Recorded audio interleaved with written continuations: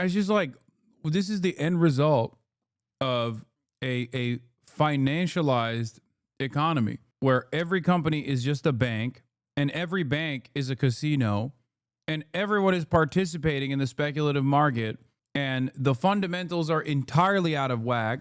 Like this is what it is. It's just the expectation. The expectation that like someone else is going to hold the bag on the other side.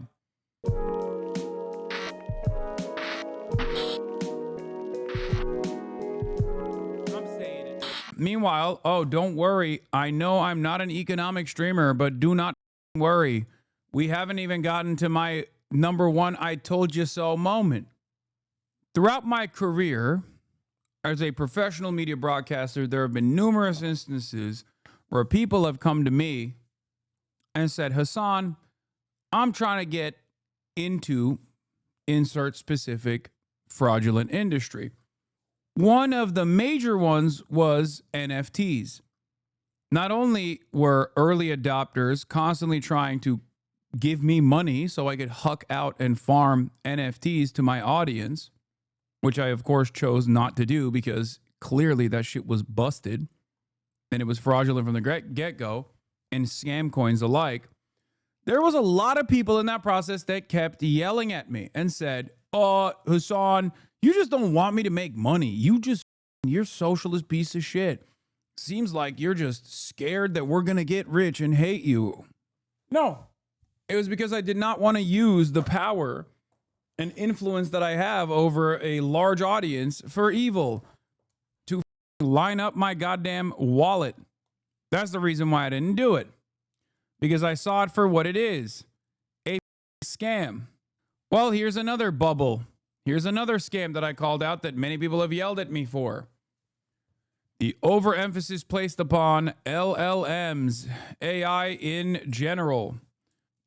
It's about to pop. As a scam engineer, I believe not is future-proof.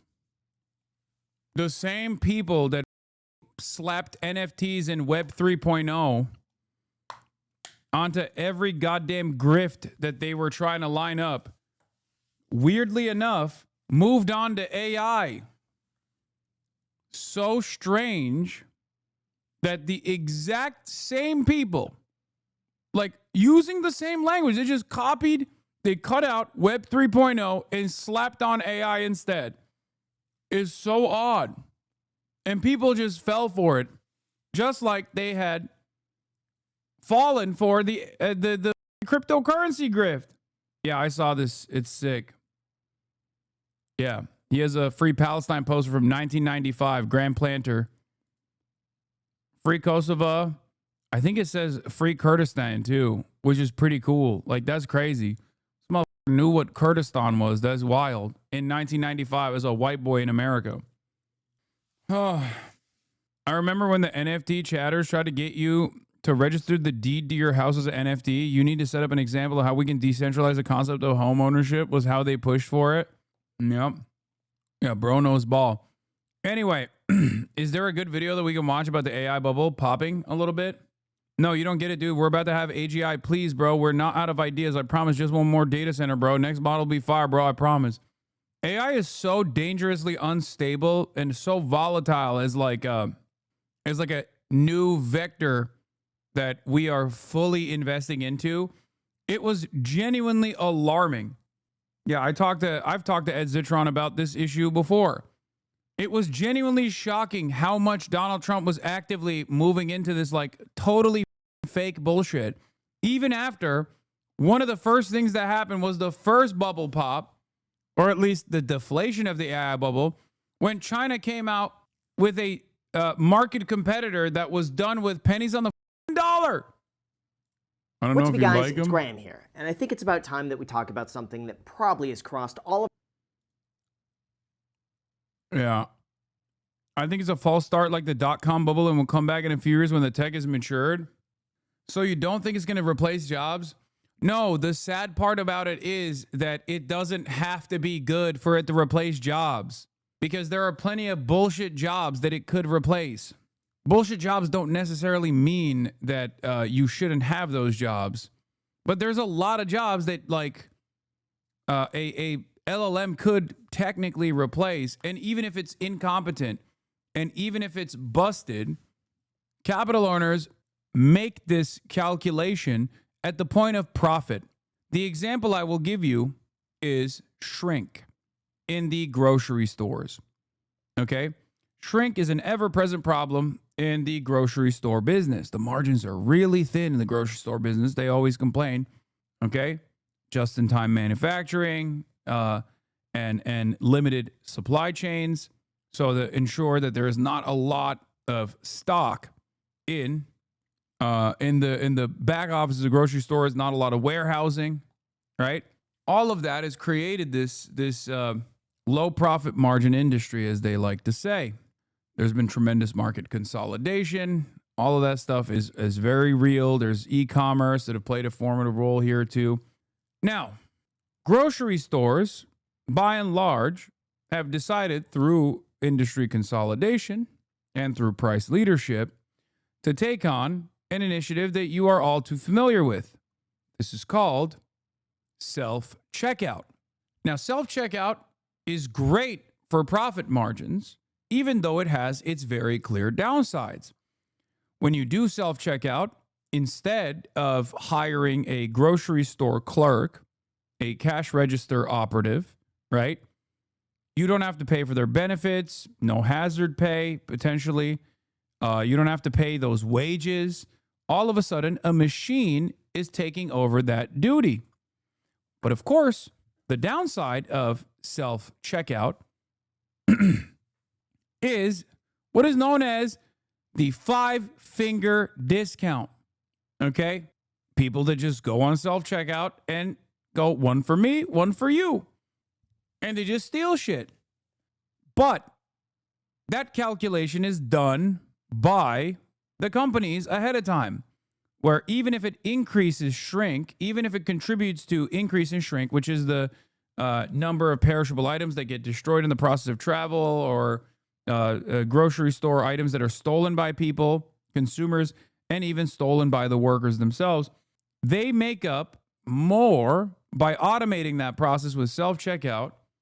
And ironically, in that same process, they make one cashier do the job of like 12, and it sucks, and it's a worse consumer experience overall, okay? But they shred a massive chunk of payroll, massive chunk of wages, massive chunk of benefits, and massive chunk of liabilities, okay? It's also just mistakes, not just theft. Yes, mistakes as well. Massive chunk of liabilities, and therefore they come out on top. They've made this calculation, and the same goes for AI. AI is always going to fuck up.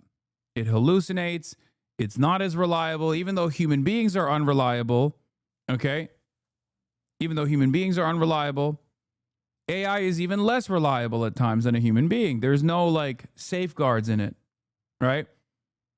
But it seems to me like a lot of capital owners are making that similar calculation here, where they go, let's just make AI do the shit that 10 people were doing and put one person in charge of overseeing the AI, and have that person, that singular person's output reflect 10 people's output now. And if there are problems along the way, massively consequential problems along the way, maybe it'll be maybe that'll reflect in like a, end of the year report 2 years down the line. Who knows? It's a gamble. But that's what it is. It doesn't have to work well. As a matter of fact, it doesn't. And everybody knows it doesn't. But it doesn't matter. It offloads accountability to a computer, like in the case with the lavender targeting system that Israel is utilizing. Okay, so then there's plausible deniability. Oh, the machine told me which targets to strike. It's not my fault, right? And on top of that, it's not supposed to work right in that circumstance. Like in the case with the UHC. UHC was doing claim denials. And it was notorious for being the worst at claim denials as a private insurance company. And they utilized AI to do it because UHC did not care about doing adequate claim denials, because the job is to literally just deny all claims anyway. That's it. Now, of course, the downside of that is that a lot of those appeals are won because the machine is busted at doing claim denials. That's a more costly endeavor in the long run.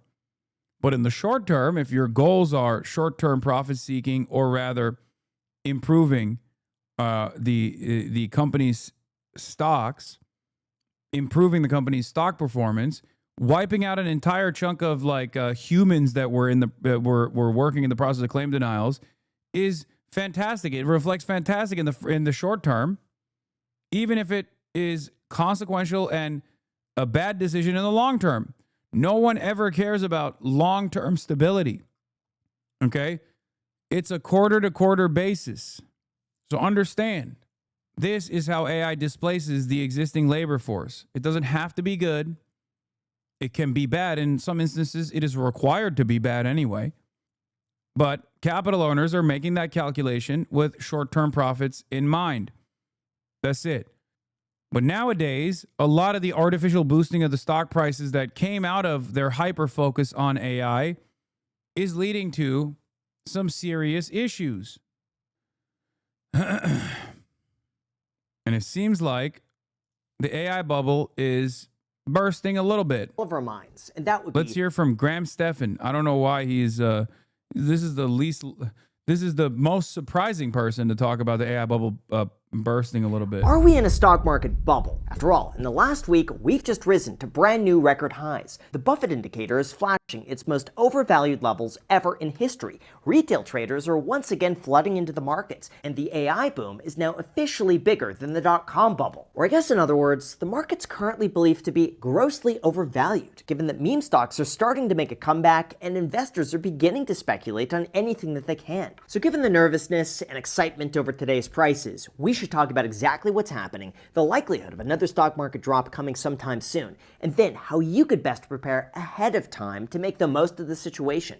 Because I promise, at some point, there will be another stock market drop and bear market. And even though we can't predict it every single time, if you just know what to look out for, you could potentially make a lot of money. But really quick, if you find this helpful, it would mean the world to me if you hit the like button or subscribe if you haven't done that already. I know it's stupid for me to keep asking for it, but it does help out tremendously. And as a thank you for doing that, here's a picture of a hermit crab. So thanks so much, and also a big thank you to the Gemini credit card for sponsoring this video, but more on that later. Alright, so first, in order to understand how to best prepare for something like this, we should first cover the severity of the crashes that have happened in the past. Because even though it's easy to think, it's been triggered by Altman referencing the AI bubble at a recent talk coupled with this MIT report. MIT warns 95% of AI investments bring no returns as OpenAI faces backlash over ChatGPT 5 and Meta cuts AI unit staff, once hailed as revolutionary. I like that we're so tuned into Israel news that chatters now send me Ynet reporting on shit that's happening in America. Like, how the did we get here, dude? You didn't have an outlet that's not you didn't have a non-Israeli outlet to send me? That's crazy. Anyway, artificial intelligence is now drawing comparisons to the dot-com bubble amid rising doubts and investor jitters. MIT report, 95% of generative AI pilots at companies are failing. Oh, man, that's so shocking. Good morning. Companies are betting on AI, yet nearly all enterprise pilots are stuck at the starting line. The Gen AI Divide, State of AI Business in 2025, a new report published by MIT's NANDA initiative reveals that while generative AI holds promise for enterprises, most initiatives drive rapid revenue growth are falling flat. Despite the rush to integrate powerful new models, about 5% of AI pilot programs achieve rapid revenue acceleration. The vast majority stall, delivering little to no measurable impact on P&L. The research, based on 150 interviews with leaders, a survey of 350 employees, and an analysis of 300 public AI deployments, paints a clear divide between success stories and stalled projects. To unpack these findings, I spoke with Aditya Chalapali, the lead author of the report and a research contributor to Project Nanda at MIT. Some large companies, pilots, and younger startups are really accelerating with generative AI, Chalapali said. Startups led by 19 to 20-year-olds, for example, have seen revenues jump from 0 to 20 million in a year. Okay, but even that in and of itself, is that an indicator of performance?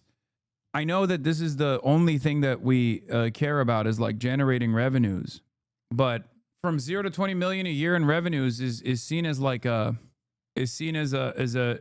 tremendous thing, right, for a startup. But this is literally what happened with Silicon Valley, with the Silicon Valley bubbles in the past as well. especially because like a lot of the revenue they're talking about is usually either unsustainable, short-lived, or I don't think you really understand what's going on here with AI, to be honest. Maybe. My attitude on this stuff is that what people think are AI, what people have falsely presented as artificial intelligence, is nothing but a Google chatbot for the most part.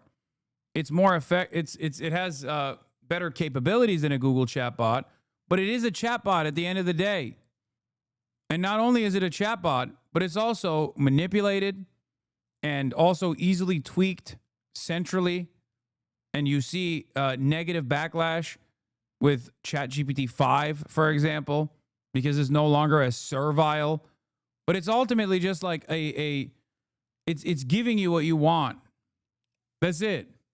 It's not like a self-thinking mechanism that is truly artificial intelligence or anything like that.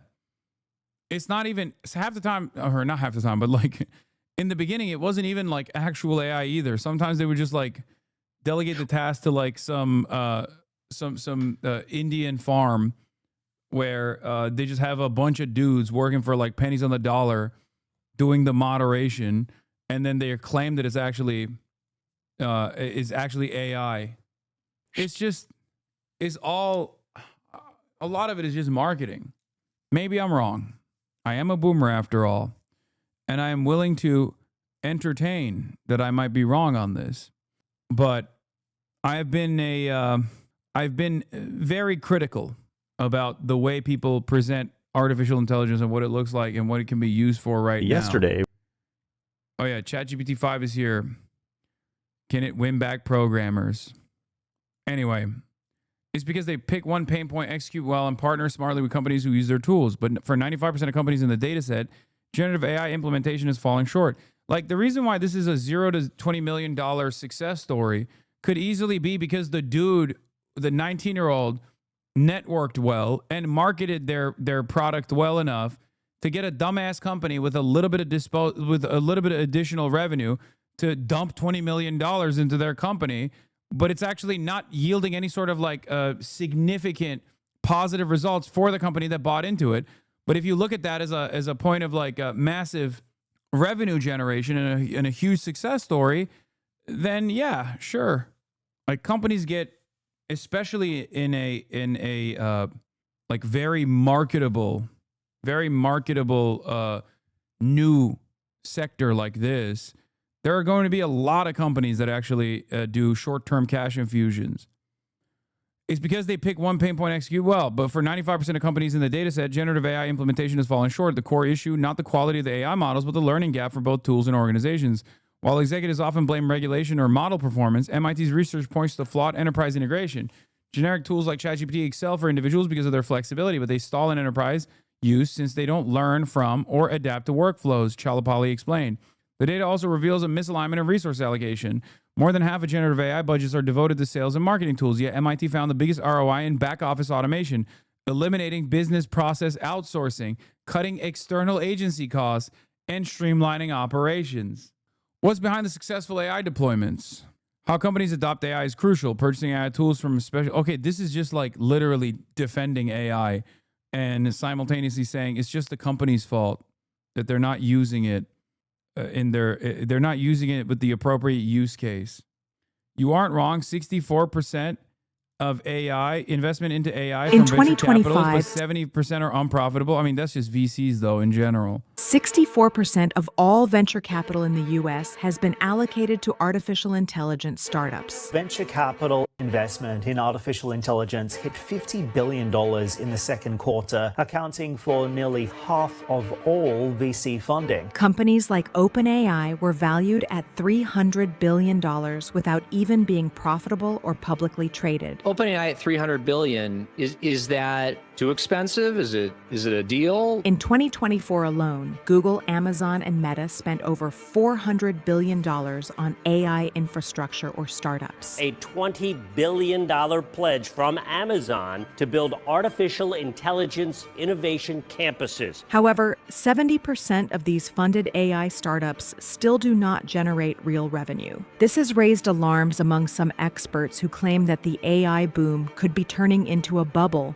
like the dot-com bubble of the early 2000s. Hype cycles come and go. The metaverse, Web3, crypto. What about the mother of all tech cycles, the dot-com bubble and burst? So right now, are we in the middle of another one with the generative AI and ChatGPT? So, how AI became the new dot-com bubble? The dot-com bubble was an economic phenomenon that took place between the mid-1990s and the early 2000s. During that period, the mass adoption of the internet sparked a surge of investment in nascent web-based companies, just as is happening now with the AI boom. The NASDAQ Composite rose nearly 400% from 1995 to March 2000, only to crash 78% by October 2002, essentially wiping out all the gains from that period. Venture capitalists and speculators invested without considering real business models, and many companies went bankrupt after burning through their funding without generating profits. Today, the world is experiencing a new technological boom, the explosion of AI. Over the past decade, we've become surrounded by AI systems that perceive our worlds, that support our... Hasanabi, do you remember the dot-com bubble? Bro, I was like 0, okay? What the f? It was between the ages of 0 and like 8 for me. How the f would I? Y'all are ass, dude. Y'all are savage. Y'all are ruthless for this.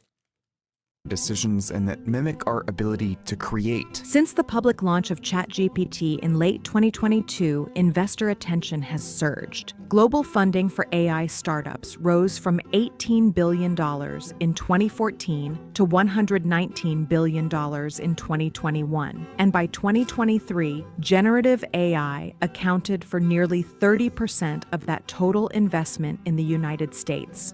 In the first half of 2025, investments in AI represented 64.1% of the total value of venture capital transactions in the U.S. This has triggered warnings and comparisons to the dot-com bubble. The enthusiasm for artificial intelligence has sparked an unprecedented wave of investment. For example, OpenAI was valued at $300 billion in April 2025 without even being publicly traded. Anthropic, its direct competitor, is seeking to raise an additional $5 billion, despite its products not yet generating revenue. Amazon is reportedly considering deepening its ties with the AI startup Anthropic through a new multi-billion-dollar investment. In the first quarter of 2025, the 4 largest venture capital deals in the U.S. were AI-related, totaling $26.6 billion.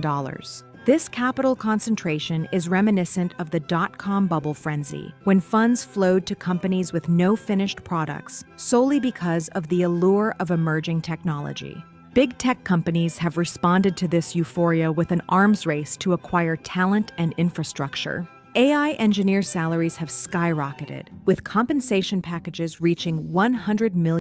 Money is so fake, bro. Money is the most fake thing on the planet. It's never been more fake than it is now, though. Especially in Silicon Valley. So OpenAI CEO Sam Altman, he says that Meta is trying to poach his top engineers, offering what he called $100 million sign-on bonuses. Google, Microsoft, and Meta are projecting a combined spending of $405 billion on AI infrastructure by 2026. This figure doubles previous estimates and represents a jump of over 13% compared to the previous year. Alphabet, for example, announced it will allocate more than $85 billion annually to its artificial intelligence projects. This has had a ripple effect on financial markets. Currently, the tech sector accounts for 34% of the S&P 500 index, an even higher proportion than during the peak of the dot-com bubble in 2000. But despite the enthusiasm, most generative AI products have yet to demonstrate a truly large-scale revolutionary impact. While they may be useful tools, their transformative potential is still up for debate. We're not saying here that AI isn't leading to be productive. We're just saying that AI tools, yes, they're here and they're being used. The payoff may be more uneven than the Remember when companies were just adding blockchain to their name and making millions off of it? Yeah. No, this is the same shit. It's the same companies. Suggest. Many users report that these models provide inaccurate, shallow, or outright incorrect responses. In practice, generative AI has proven more effective in supporting repetitive tasks than in disrupting entire processes. This has led to a disconnect between the futuristic promises made by companies, such as replacing 80% of administrative jobs, and tangible results. Moreover, much of the value of these startups is based on expectations of future revenue that have yet to materialize. Revenue projections are, in many cases, speculative. According to data from CB Insights, more than 70% of AI startups that received funding in 2023 and 2024 still do not generate operating profits. Added to this is the fact that talent and early-stage company acquisitions by large corporations have increased by 40% in 2025. In other words, returns on investment remain uncertain, raising doubts about the sustainability of this speculative wave. In addition, the productivity gains from AI are being questioned. Tech giants like Microsoft and Google are... It's just like, this is the end result of a financialized economy where every company is just a bank and every bank is a casino and everyone is participating in the speculative market and the fundamentals are entirely out of whack. Like this is what it is. It's just the expectation that like someone else is going to hold the bag on the other side. And as a chatter also pointed out, like, yes, companies engage in bad bets. And when they do that, the bet is to displace the existing labor force. And when that bet fails, the workers that remain also get over because now the company doesn't even have enough money coming in. They've lost too much money. So you're doubly first, you're if you get fired. And if you're lucky enough to not get fired, then you're doing other people who were fired's jobs for them. And then when the bet fails, you're fired anyway. Like, I don't understand it. But then again, I don't even have a credit card. So you can, I guess, quickly say, Hasan, you don't know what the you're talking about. Like, for me, this is like listening to music. I don't listen to music, you know? So don't listen to anything I have to say. On that front, I'm just talking shit. But when it comes to this stuff, it's just like from the outside looking in, it feels like, bro, I know. I covered it. I covered the DFL unendorsing Omar Fateh. I covered it for like an hour. God damn, chatters. Yes, I'm bringing back shaking chatters. I'm shaking this one. You're being shook. You're being shook. Anyway, my point is, what are the fundamentals? The only thing that people care about is just broad confidence that they will make money down the line. That's it. That's it. That's the only impactful part of this.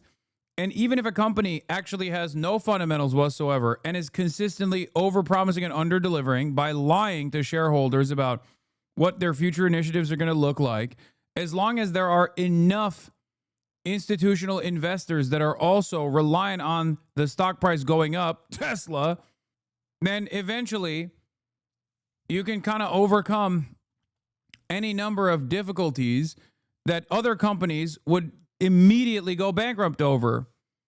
You could just be like, yeah, next year we're going to have automated robots wipe your ass for you in the Teslas that you're driving.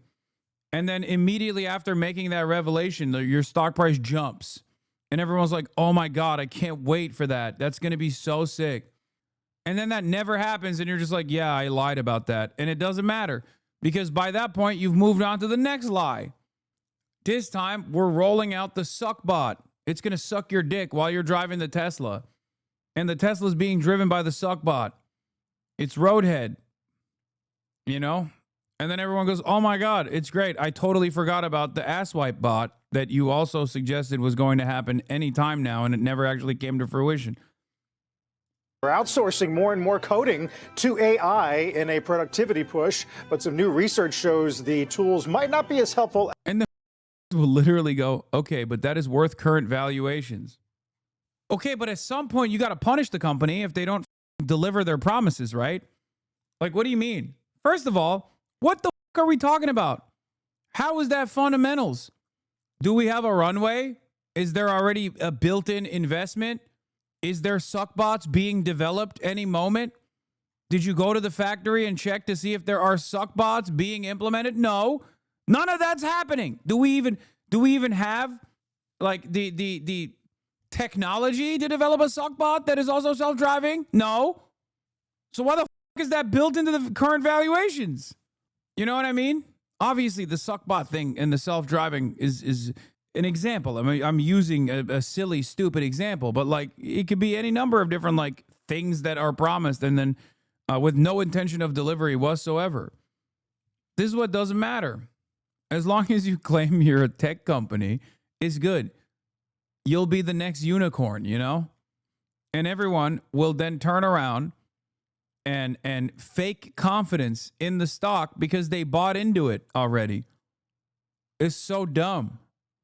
And then people go, "Oh, dude, well, there's a thing you can do if you're not confident about the stock. You can short it." And it's like, well, clearly that doesn't work because there's enough people that are like, "Nah, we have to make it seem like the suckbots are coming. Otherwise, we're going to lose money. Sorry." And instead of being the bag holder, I'd rather fake it and act as though there's unlimited growth potential here in the stock market. As some expect. Another troubling symptom is the disconnect between stock prices and economic fundamentals. NVIDIA, one of the largest AI chip suppliers, lost nearly 17% of its market value in a single day after the release of an Big Dog, please look at my previous message. Hey, man, a good valuation metric to use if you want to criticize these shitty tech companies is EV/sales. Basically, this looks at the company's enterprise value to how much revenue it made. The higher the valuation, the higher risk the company is. Using EV/sales is what these companies and investment analysts, us, look at the valuation. Look at my tech. What? Look at any tech company that is not yet profitable. So no P/E ratio. I'm in equity research. I'm telling you, man, it's vibes. I feel like you just came up with there's a math equation to the vibes. Some middle school age kids tried to do catch a predator and they got kidnapped by a pedophile. I am not making this up. Awesome. EV stands for ethereal vibes. Open source model promising similar results. Although NVIDIA has greatly benefited from the AI boom, this event showed how volatile current valuations are, where future expectations... Oh, yeah. Here's what's not vibes. I can't live in my... If you want to know, like, the actual consequences of this AI boom that is... that we're all experiencing and is wonderful. Now you can jerk off the food porn that you made yourself with generative AI. Well, this lady can't drink the water. This lady's water supply is gone. It's dusted. I can't live in my home with half of my home functioning and no water, and I can't drink the water. Just 400 meters away from Beverly Morris's home in rural Georgia, Meta, Instagram and Facebook's parent company, has built a giant data center. A private well is Beverly's only source of water. But since construction began on the data center, the well water has turned murky. The sediment you see, that's from her taps. And she says it wasn't there before. The water won't come through the water lines to fill the toilet tank, so I have to fill it with a bucket of water. It's plugged with sediment. Beverly believes the construction is to blame, but Meta denies this. No one should have to be afraid to drink their water. America is a first world country, by the way. Remember, it's a developed nation, by the way. Remember. Hell yeah, baby. Third world country with a Gucci belt. 100 P, dude. 100 P is awesome. Not in this day, not in this age. Meta says it commissioned an independent study that found its data center operation had not adversely affected groundwater conditions in the area. But Beverly just isn't convinced. Meta is a 1 trillion dollar industry, and they're huge. To me, it's like David and Goliath. Data centers like this are being... Yeah, imagine losing your drinking water to Meta, the worst chatbot out of all of them. No, you don't understand, dude. It's the future, baby. It's the only... There's nothing new here. There's nothing good that comes out of this. And the only tangible consequences are negative to the people who have to live next to these data centers. That's just poisoning their water supply. Fantastic. I love this future. Techno utopia, baby. Being built around the world, especially in Georgia, one of the fastest growing data center hubs in the US. They power AI tools like ChatGPT and require a lot of water to stay cool. Yeah, everyone is Israel. We investigated ourselves, and guess what? Now, you might be shocked, but we found no wrongdoing. Yeah. Check back with us in 15 years when you're growing gills out of the side of your nipple, when we go, oopsie.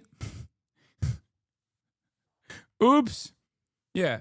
Here's $10,000 for you to shut the up. Oh, I'm sorry. Did every single member of your family develop late stage bone cancer? Nah, here's $10,000 for you to shut the up. Yeah. EPA budget $1 a year. Great. Great stuff, man. Can collapse with an unexpected competitive breakthrough. On top of that, there is a risk of financial contagion. The excitement over AI has pushed other speculative assets upward, including cryptocurrencies, echoing the asset correlation phenomenon during the dot-com bubble. Back then, the NASDAQ... This anti-AI shit is so baffling. Like, I don't get you people. Do you just want humanity to not advance? You're anti-tech progress? The Grifter 132, are you a bot? All I need to know is the way that you're... All I need to know about... I'm real as... Ask him to solve a CAPTCHA. He can't. He can't because he's a bot. Explain the hate, please. What do you mean? What do you mean? Everything is busted. Everything is broke. We just watched a woman go, hey, I can't use the running water in my home anymore because a multi-trillion-dollar corporation decided to build a data center right next to my house, and it's literally poisoning me. What are we talking about? What advancement is that making? It's official. Woke equals broke. Yeah, the advancement is this. This is the advancement. So that the White House could put out this photo. It's like, at this stage, the only thing that the AI can not even decently do, because I think it does a shit job with that as well, is basically destroy the furry porn drawing community's illustrative work that they used to get every now and then. That's it. They've just wiped out those people, okay? So you can get the piss orange colored, orange patina, fake generative AI bullshit. Great. What did we get in return for it? What did we get in return for it? A bunch of pissed off furries. That's what we got on the one hand. Okay. And you don't want to piss those guys off. But then also on the other hand, you got entire ecosystems being destroyed. What are we supposed to do about AI? Isn't the same neolib narrative is trying to get people to recycle? I mean, I'm not even talking about it at the point of like the individual consumer decisions. So no, I'm not even bringing it back to the consumers. I just personally don't like it. Okay. That's just my opinion. I don't like it. I think it's making people stupid. And not only is it making people stupid with cognitive offloading, I think it's also making people insane. Great. Do you know people who use AI actually? Yes. And I sometimes think less of them. I'm not going to lie. Like when I'll meet somebody and if I see them like ripping a ChatGPT question, I'm like, oh no. It's like, oh man. That makes me sad. Crash dragged down nearly 1,500 small tech companies and had a systemic impact on global markets. Down 1.7% here, a loss of 37 points or so. Apple shares are just getting hammered this morning. We're down by between 3 and 4.5% generally across these markets. Let's talk about the speed with which we are watching this market deteriorate. Today, a negative event in the AI ecosystem could trigger a similar domino effect, given that many institutional portfolios and venture capital. Didn't y'all use AI for fear and intro? I don't know. Probably not. And even if March added something in there that was like by accident AI, what does that mean? Like, do you think that this dismantles my entire argument? Is that what you think? Have you destroyed my worldview? I'm pretty sure he has not done that. But let's say, whoa, what the here we go. I spoke negatively on the clankers. Uh-oh. Hello? I'm still here. I spoke negatively on the clankers and they're coming for me. Anyway, I love people like that though. I love people who are just like, wow. I hear you talking shit about AI, but I'll have you know, you watched a YouTube video that had AI in it. Okay, you got me. I'm actually a fake, a phony. I'm lying. Like, it's not like there's like genuine stigma associated with AI. I could just be using it every day and you wouldn't have an issue with it. Most people wouldn't. Most people use it. They think it's great. I don't use it because I don't f with it. If you want to use it, go off kings and queens, you know? No, it's worse than that. You claim littering is bad, yet you spat your gum on the ground one time. No, it's worse than that. It's worse than that. You claim multi-million-dollar corporations are actually polluting the water supply, but I saw you try to throw your gum in the trash one time, and it actually didn't get into the trash can. That's a better analog. That's it. They're like, haha, this destroys your worldview. Okay, you got me, man. You got me. You cooked me. That's what it is. I saw one of the most insane versions of this kind of idiotic lines of idiotic forms of argumentation with the Destiny saga. It was one of the most insane things I've ever seen, which is, of course, expected from this weirdo. The Exertonox post, streamer Destiny has been accused of sexting and sharing pornographic material with a 17-year-old girl. Twitter users, including his own son, Nathan Bonnell, are sharing evidence of sexual chat logs between Destiny and the minor, which is so psychotic. Like, the fact that this is a real thing in this industry is so unimaginably psychotic. Okay? But to add insult to injury, I saw a tweet from the biggest debate mind of the quote-unquote liberals, okay, Epstein himself, retaliate against one of his victims who's currently suing him, Pixie. Okay? Pixie posted something like he knew, saying that it's a confirmation, like he knew that this person that we're talking about, Epstein, was actually in direct knowledge of this person that he was talking to was underage, right? That he was like trying to literally traffic over state lines, crimes in and of themselves, right? And his retort was so insane, I can't even believe it. Hold on, what is the?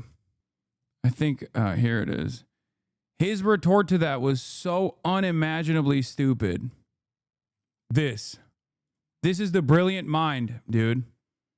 Remember to check IDs, guys, unless, like, dog, people are credibly accusing you of soliciting CSAM, child sexual abuse material, and your retort is, that the person you're talking to, like the person who's credibly accusing you of this, who is a victim of yours separately in a revenge porn distribution court case, because you distributed revenge porn to the underage minor that you were soliciting sex from, also separately told you that they used a fake ID to get into a bar before. How is that a retort? Like, I always think about like I try to explain to people that this line of argumentation does not make sense. It doesn't hold up in court. It just doesn't make sense at all. Okay, these two things are not even remotely comparable. And especially when you're talking about a guy who claims to be like this brilliant debate mind, it's extra shocking when this is the best they got in terms of retaliation. It's mind-boggling. And I guess his fans, his cult, is increasingly smaller, eats that shit up. But to me, when I see this, I'm like, this is incredibly stupid. Like, how is this actually working as a retort for anyone that has two functioning brain cells they can rub against one another? It's just know you, but in an increasingly dumber, in the stupidest way possible. It's literally like, this is not an effective counter to someone credibly accusing you of soliciting CSAM, okay? It's like going to court after being charged with a murder, and your retort is, well, this other child, in a totally separate instance, defended themselves physically one time. So how can you say anyone is truly nonviolent? How could you ever say that? I guess violence is permissible under certain circumstances. It's like, but that's not relevant to your situation at all. This has nothing to do with anything. It's the most idiotic deflection. You have to truly be like a Israel Dick Rider style person to legitimately go along with that as an effective retort and see it as anything but like victim blaming. Oh, it's like when Israel came out and was like, actually, those starving children that you saw images of also had additional diseases as well, some of which born out of the occupation and genocide that we are subjecting the Palestinian population to. It's like, okay, that made the situation worse. You only believe that if you just like are desperate to believe it. You've built up this image in your mind of this person's infallibility, and you're actively trying to defend it instead of just letting it go. You could just let it go. Yeah, Pixie basically clarified he knew he was pursuing minors, and his retort was, oh yeah, well, you were a minor at one time. What do you think his purpose is? Oh, it's to just maintain an increasingly smaller sliver of people who are not grossed out by this when they should be, and doing so by just turning around and attacking every single person instead of ever taking accountability for his actions that have seemingly gotten worse and worse over the years. That's it. As long as you have like a dedicated group of loyal fans who will just like keep giving you money. I mean, Dr. Disrespect's still popping, you know? Clearly it doesn't matter. There's no like accountability, and you can literally do crimes. And when you don't see any accountability, when you face zero repercussions for doing said crimes, it doesn't even matter. You just keep doing the crimes over and over again. That's it. People have deluded themselves into thinking that he is like some kind of solution to this increasingly more radicalized, increasingly worse, increasingly reactionary media environment. And they truly think that he is like this prophetic figure who can take these guys to task, not realizing that he's not actually like shepherding people away from the right at all. He's just adopting the same techniques of the right, the edgy nihilism, and the endless pursuit of new victims, cyber stalking, harassment campaigns, and the like, and redirecting it to vectors that he hates personally. That's it. So if you were like a Gamergate guy and you loved spamming the N-word, you can still do that in this community, but you just say you're a Democrat now. But you still get to advocate to say the N-word as a white guy, and you get to be edgy, and you still get to do Kiwi Farm style like stalking operations and lol cowing. And that's it. It's a cult.